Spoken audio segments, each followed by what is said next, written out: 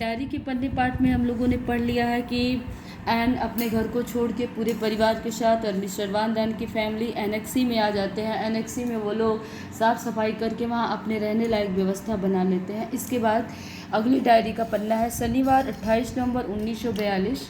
मेरी प्यारी किट्टी, हम इन दिनों बिजली का बहुत ज़्यादा इस्तेमाल कर रहे हैं और अपने राशन से ज़्यादा खर्च कर चुके हैं। जैसा कि आप जानते हैं वो लोग खिड़की और दरवाज़ों पर मोटे कोट के पर्दे लगाए हुए हैं ताकि अंदर का प्रकाश बाहर न जाए। इसके वजह से घर में अंधेरा रहेगा और बिजली का प्रयोग ज़्यादा करना पड़ेगा।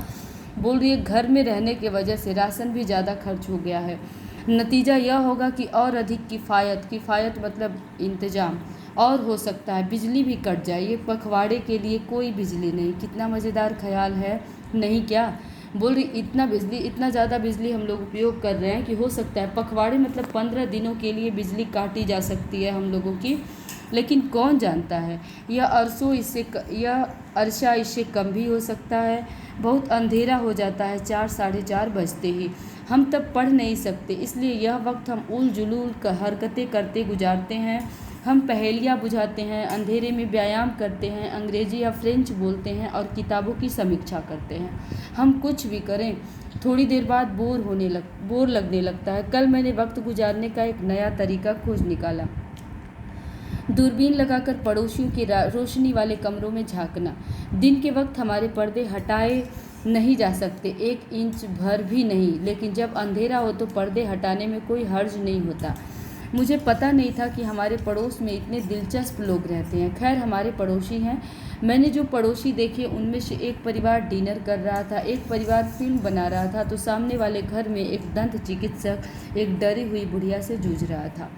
इतने 2 पैराग्राफ में हम लोगों ने पढ़ा। एन बता रही है कि बिजली का अधिक उपयोग करने की वजह से बिजली की कटौती हो सकती है। हो सकता है ये कटौती लंबे समय तक के लिए हो सकती है। बोल रही है 4 साढ़े 4 बजते ही कमरे में घना अंधेरा हो जाता है। हम कुछ कर नहीं सकते, इसलिए हम बेकार की हरकतें करते हैं। टाइम पास करने के लिए पहेलियाँ बुझाते हैं, व्यायाम करते हैं, अंग्रेजी या फ्रेंच सीखते हैं। बोल रही है लेकिन उसके बाद भी हम लोग बोर होने लगते हैं। एक तरह से एक ही जगह रह के बोरियत होने लगती है। तो बोल रही मैं अपना टाइम पास के लिए एक दूसरा तरीका निकाली हूँ, दूरबीन से पड़ोसियों के घरों में झांकना और देखना। क्योंकि दिन में हमारे खिड़कियों के पर्दे तो 1 इंच भी नहीं खिसकाए जा सकते, लेकिन रात में पर्दा हम लोग जब अंधेरे में हो तो हटाया जा सकता है। आगे देखते हैं। मिस्टर डसेल, जिनके बारे में कहा गया था कि उनकी बच्चों के साथ बहुत पटती है और वे उन्हें खूब प्यार करते हैं, दरअसल बाबा आदम के ज़माने के अनुशासन मास्टर हैं और लंबे लंबे भाषण देने लगते हैं जिन्हें सुनकर ही नींद आने लगे।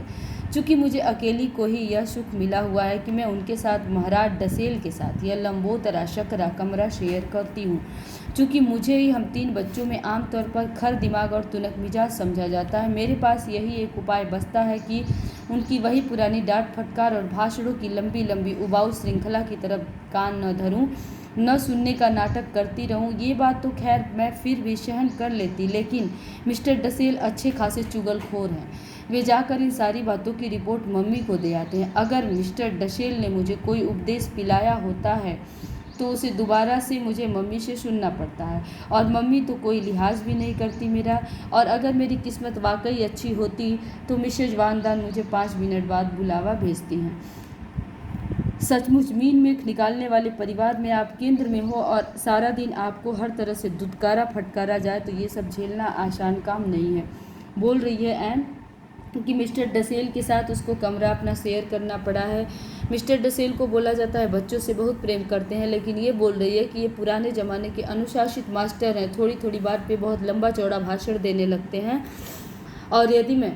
और मुझे ही सबसे ज़्यादा बददिमाग बोला जाता है कि मैं घमंडी हूँ, अक्खड़ हूँ।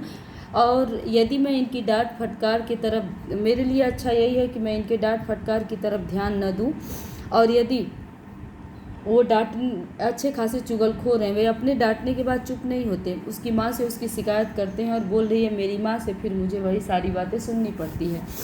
बोल रहे हैं कि आप मेरी जगह रह के देखिए कि यदि परिवार में सारे लोग बड़े हों और मैं आप सबसे छोटे हों और हर तरह से आपको ही डांटा फटकारा जाता है तो वो सब झेलना इतना आसान नहीं होता है, बहुत मुश्किल काम होता है। रात को जब मैं बिस्तर पर होती हूँ तो अपने पापों और बढ़ा चढ़ाकर बताई गई अपनी खामियों के बारे में सोचती हूँ तो वे इतनी ज़्यादा होती हैं कि अपने मूड के हिसाब से या तो मैं उस पर हंस सकती हूँ या रो ही सकती हूँ। तब मैं इस अजीब से ख्याल के साथ सो जाती हूँ कि मैं जो कुछ हूँ उससे अलग होना चाहती हूँ या मैं उससे अलग तरीके से व्यवहार करना चाहती हूँ, जो मैं हूँ या मैं होना चाहती हूँ। मेरी प्यारी किट्टी, अब मैं तुम्हें कितना उलझा रही हूँ, लेकिन मैं चीज़ें एक बार लिख कर उन्हें काटना पसंद नहीं करती और इन कमी वाले वक्त में कागज़ को मोड़ तोड़ कर रद्दी की टोकरी में डाल देना बिल्कुल मना है। इसलिए मैं तुम्हें सिर्फ यही सलाह दे सकती हूँ कि तुम ऊपर वाले हिस्से को फिर से पढ़ने की कोशिश मत करना, क्योंकि इससे तुम्हें बात का सिर पैर भी नहीं मिलेगा। तुम्हारी एन। बोल रही है कि मैं रात को जब सोती हूँ तो मेरे साथ लोग क्या, मेरे ऊपर क्या क्या आरोप लगाते हैं, उन सारी बातों को सोचती हूँ। यदि मेरी गलती ज़्यादा होती है तो मैं हंस सकती हूँ, या कभी कभी ऐसा होता है मुझे अपने ही बिहेवियर पे रोना आता है। लेकिन मैं सोचती हूँ कि मैं इन सारी चीज़ों से, अपनी बुरी हरकतों से अलग होना चाहती हूँ, अलग तरह का व्यवहार करना चाहती हूँ। बोल रही है कि ये कमी का दौर है, इस समय मुश्किल से हम लोगों को कागज़ मिलता है, इसलिए मैं जो लिख लेती हूँ उसको काटती नहीं हूँ। तुम जैसे भी हो सकता है मेरी बातों को दोबारा पढ़ने की कोशिश मत करना। बाकी कल पढ़ते हैं, शुक्रवार 19 मार्च 1943।